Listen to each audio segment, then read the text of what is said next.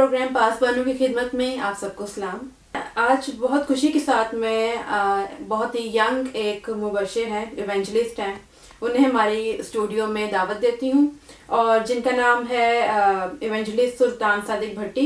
इनका ताल्लुक बेदिया रोड से है और मैं सुल्तान साहब से गुजारिश करूँगी कि वो अपनी ज़िंदगी के बारे में हमें कुछ बताएं। मसीह यस्सु में आपकी सलामती चाहता हूँ।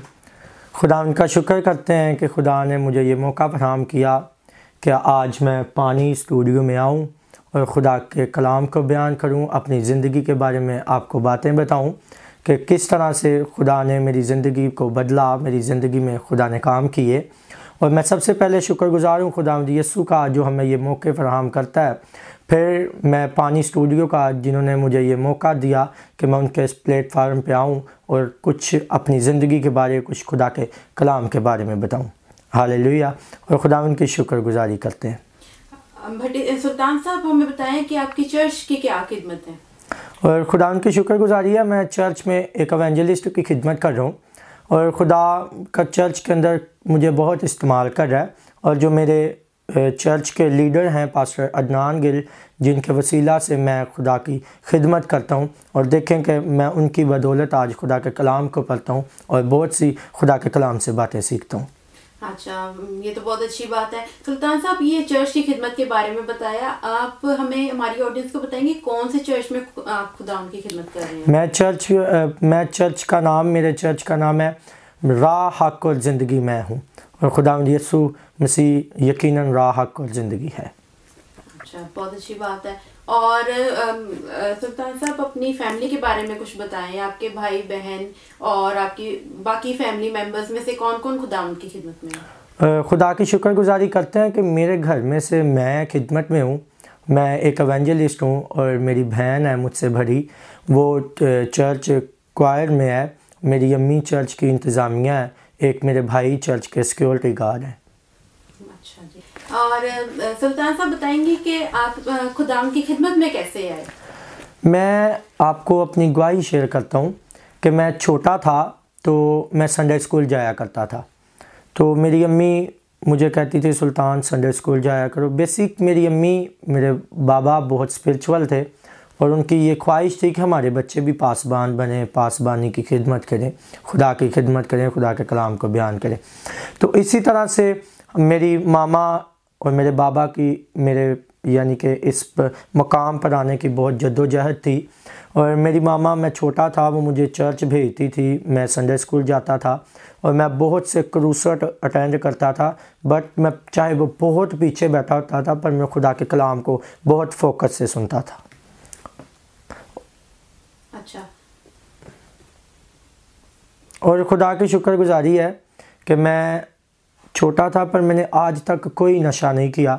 मैंने आज तक कोई बुरे ऐब मेरे अंदर नहीं थे। मेरे अंदर सिर्फ खुदा के कलाम की भूख और प्यास थी और मैं आज खुदा की शुक्रगुजारी करता हूँ। खुदा के कलाम के अंदर लिखा है, तुमने नहीं बल्कि मैंने तुम्हें चुन लिया। खुदा की शुक्रगुजारी, उसने मुझे चुना और आज मैं इस प्लेटफार्म पे हूँ। बहुत अच्छी बात है।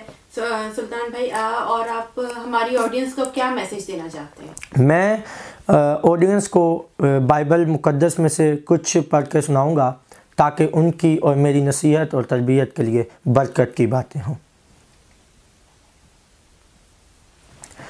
आए मेरे साथ मत्ती रसूल की मार्फत लिखा गया यीशु मसीह का अंजीली बयान और उसका 5 बाब और उसकी 3 आयत से हम पढ़ेंगे।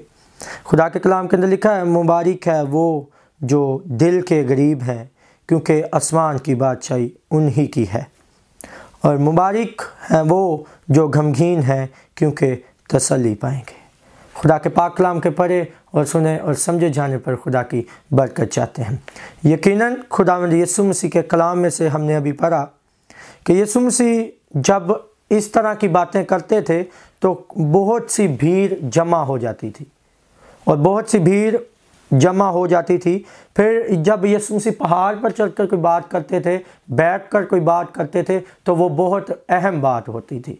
तो यीशु मसीह उन लोगों को ये मैसेज दे रहे हैं कि मुबारक है वो जो दिल के गरीब हैं क्योंकि आसमान की बादशाही उन्हीं की है।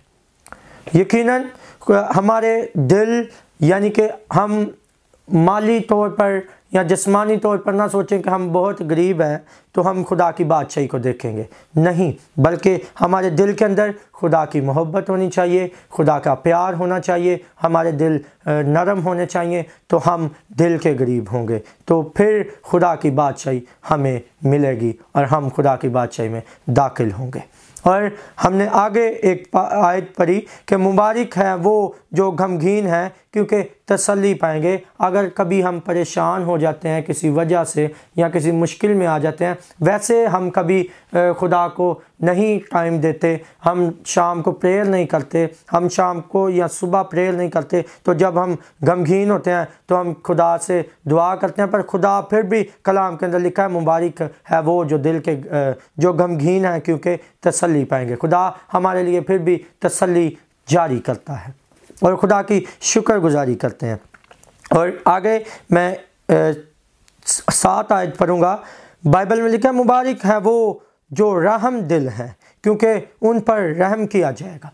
हम रहम दिल, हम किसी गरीब का, मस्कीन का, बेवा का ख्याल रखेंगे तो हमारे दिल में रहम होगा तो खुदावंद भी हम पर रहम करेगा। ये खुदा का फजल है कि वो हमें इस लायक समझता है कि हम लोगों पर रहम करे ताकि हम पर भी रहम किया जाए और खुदा की शुक्रगुजारी करते हैं। जब अगर हमने खुदा की बादशाही के वारिस बनना है तो हमारे अंदर हमारे दिल पाक होने चाहिए, खुदा का कलाम भरा होना चाहिए। खुदा के कलाम के अंदर लिखा है तुम मसीह के मकदस हो और खुदा का रूह तुझ में बसा हुआ है। और यकीनन जब खुदा का रूह हमारे अंदर होगा तो हम खुदा की बादशाही के वारिस होंगे। जब खुदा का रूह हमारे अंदर नहीं, हमारे मकदस खाली हैं, हमारे मकदस में खुदा का कलाम नहीं है, खुदावंद यीशु नहीं है, तो हम बिल्कुल डेड हैं। ये हमारी ज़िंदगी स्पिरिचुअल ज़िंदगी नहीं, ये एक जिस्मानी ज़िंदगी है। रूहानी ज़िंदगी में अगर हमने आना है तो हमारे दिल पाक होने चाहिए, हमारे दिल गरीब होने चाहिए, मोहब्बत भरी होनी चाहिए, और फिर हम तसल्ली पाएंगे और हम किसी पर रहम करेंगे तो हम पर भी रहम किया जाएगा। खुदा की शुक्रगुजारी करते हैं कि खुदा हमें इस लायक समझता है और इस प्लेटफार्म पर खुदा इस्तेमाल करता है। देखिए, मैं आपको एक गवाही के साथ बताता हूँ। मैं कुछ 1.5 साल या 2 साल यानी कुछ अर्सा पहले काफ़ी बीमार हो गया, तो मेरे कमर का ऑपरेट हुआ, तो मैं तब भी खिदमत में था। मैंने बपतिस्मा लिया तो मैं फ़ौरन यानी कि मुझे अबलीस ने मुझ पर अटैक कर दिया, तो मेरा यानी कि काफ़ी कंडीशन क्रिटिकल हो गई। तो क्रिटिकल होने के बावजूद मेरी कमर का ऑपरेशन हुआ, तो फिर भी मैं खुदावंद यीशु को नहीं भूला। मैं ऑपरेशन थिएटर में जा रहा था, मैंने खुदा को कहा खुदावंद उन डॉक्टरों पर, उन औजारों पर मैं तेरे लहू को मांगता हूँ, जहाँ जब ऑपरेशन शुरू करें वो नहीं बल्कि तू ऑपरेशन शुरू करे। तो मुझे नहीं पता, देखें मुझे नहीं पता, जब वो ऑपरेशन कर रहे थे तो डॉक्टर कह रहे थे कि बच्चा अंदर हालेलुया हालेलुया प्रेज़ गॉड कह रहा है, पर उनको नहीं पता था कि मैं मसीही घराने से तल्लक रखता हूँ। तो वो डॉक्टर बाहर आके मेरी अम्मी को, मेरे बहनोई को अंदर लेके गए जब मेरा ऑपरेशन हो गया था, तो उन्होंने कहा कि ये बच्चा पता नहीं क्या कह रहा है, ये आप सुन लें। तो फिर मेरी मामा और मेरे बहनोई उनको कह रहे थे कि हम मसीही हैं, वो हम कह रहा है खुदावंद की तारीफ़ हो, खुदावंद की तमजीद हो। मैं शुक्रगुजारी खुदा की करता हूँ कि हमारे अंदर जब मकदस में खुदा का कलाम भरा होगा, चाहे हम बेहोश भी हैं, चाहे हम किसी भी हालत में हैं, तो खुदा हमारे अंदर से खुद ब खुद खुदा की रूह बातें करेगी। और मेरा ईमान है कि आप भी ऐसे खुदा के कलाम को अपने दिल में रख लें, अपने मकदस में खुदा की कुदरत को रख लें, ताकि आपके अंदर से खुदा का पाक रूह निकले। और आपके अंदर से जब हम यूहन्ना की इंजील से पढ़ते हैं तो सुखार के कुएं पर, सुखार इलाका के यकूब के कुएं पर वो सामरी औरत पानी भरने को आती है, तो यीशु उसको कहता पानी पिला, तो वो कहती यहूदियों का और सामरियों का आपस में कोई बर्ताव नहीं होता, क्या तू नहीं जानता? तो यीशु मसीह कहते अगर तू खुदा की बख्शिश को जानती और ये भी जानती कि तुझसे कौन पानी मांगता है और अगर तू मुझसे पानी मांगती तो मैं तुझे ऐसा पानी देता ताकि तू अब तक प्यासी न रहती और तेरे अंदर से पानी की नदियाँ जारी हो जाती। ये नदियाँ हैं जब मैं आज आपके साथ कलाम बयान कर रहा हूँ, आप कल किसी और के साथ करेंगे तो ये हमारे अंदर से खुदा का पाक रूह, हमारे खुदा की नदियाँ जारी हो रही हैं ताकि लोग इस कलाम के वसीला से बरकत पाएँ और खुदा हमारी ज़िंदगी में जलाल पाए और हमें खुदा की बादशाही का वारिस ठहराए। खुदा की शुक्रगुजारी करते हैं। और खुदा के कलाम के अंदर मत्ती की अंजील 5 बाब और उसकी 14 आयत में लिखा है, तुम दुनिया के नूर हो और जो शहर पहाड़ पर बसता है वो छुप नहीं सकता। यकीनन खुदा ने हमें पहले खुदा के कलाम में लिखा है कि दुनिया का नूर मैं हूँ, फिर खुदा हमें भी कहता है तुम दुनिया के नूर हो और जो शहर पहाड़ पर बसता है वो छुप नहीं सकता।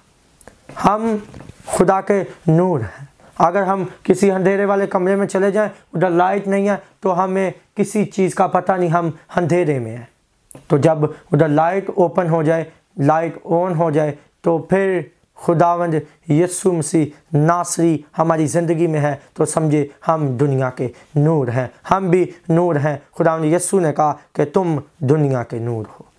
तो जब हमारे अंदर खुदा का कलाम भरा होगा तो फिर हम जब उस नूर को देखेंगे तो खुदा का कलाम हमारे अंदर होगा तो हम चमकना शुरू हो जाएंगे। और मेरा आज आपसे ये मैसेज है कि आप इस कलाम को अपने दिल में रखें और ऐसे नूर बने कि खुदा का कलाम आपकी ज़िंदगियों में चमके और खुदा का चेहरे का नूर आप पर जलवा करे और वह आसमान की बादशाही के वारिस बन जाए।